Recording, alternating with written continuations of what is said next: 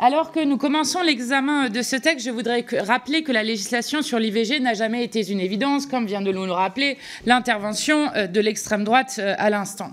Cette législation est née d'un long processus historique d'acquisition de droits civils, sociaux et politiques pour les femmes en France.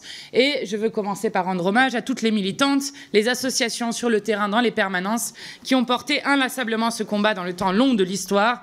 Je veux ainsi rendre hommage à l'Association nationale pour l'étude de l'avortement, à Choisir, le mouvement français pour le planning familial, au mouvement de libération des femmes, au mouvement pour la liberté de l'avortement et de la contraception, et beaucoup d'autres que je ne peux malheureusement pas toutes citer.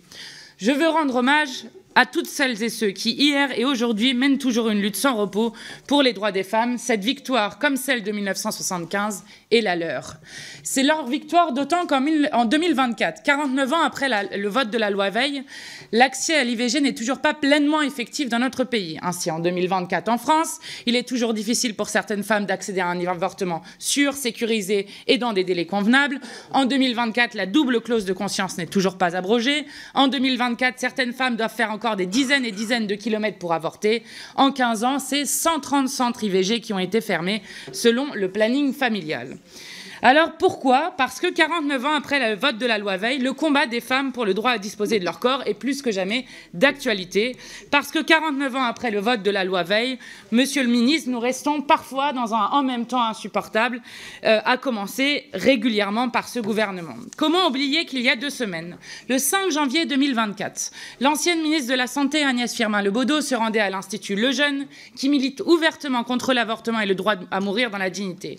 Comment oublier que la nouvelle ministre de la Santé, Catherine Vautrin, alors députée LR en 2017, saisissait le Conseil constitutionnel et lui demandait de censurer la loi relative à l'extension du délit d'entrave à l'interruption volontaire de grossesse. Surtout, comment oublier qu'il y a seulement un mois, le décret censé autoriser les sages-femmes à pratiquer des IVG instrumentales, issues de la loi Gaillot, est si contraignant qu'il en contredit l'objectif même de la loi, faisant ainsi régresser le droit à l'IVG. Je vous le dis avec d'autant plus de force, Monsieur le ministre, qu'en France, en Italie, aux États-Unis et dans beaucoup d'autres pays du monde, les anti-choix battent le pavé avec bien souvent des victoires de l'extrême droite à travers le monde. Leur mot d'ordre est évidemment la régression.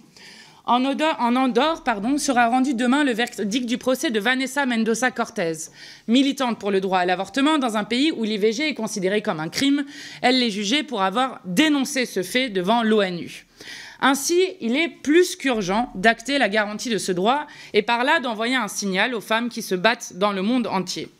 Le manifeste des 343 salopes affirmait « L'avortement libre et gratuit n'est pas le but ultime de la lutte des femmes. Au contraire, il ne correspond qu'à l'exigence la plus élémentaire, ce sans quoi le combat politique ne peut même pas commencer. » Cette victoire est donc celle de l'humanisme qui guide le principe de l'action politique de mon groupe pour la constitutionnalisation du droit à l'IVG, comme pour le droit à mourir dans la dignité.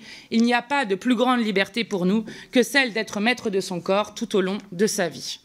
Alors, Monsieur le ministre, Monsieur le rapporteur, pour terminer, je voudrais dire que nous ne sommes pas d'accord avec la rédaction actuelle qui est proposée, mais que nous voterons ce texte tel quel, parce que je crois que nous avons besoin, urgemment, de consacrer ce droit fondamental humain dans la Constitution pour les femmes de ce pays et pour là aussi envoyer un message d'encouragement à toutes celles qui se battent en Argentine, aux États-Unis, en Pologne, en Hongrie, en Italie, dans bien d'autres pays, et que nous changerons cette rédaction, je l'espère, dans la Constitution de la 6e République, en ajoutant son corollaire, qui est le droit à la contraception.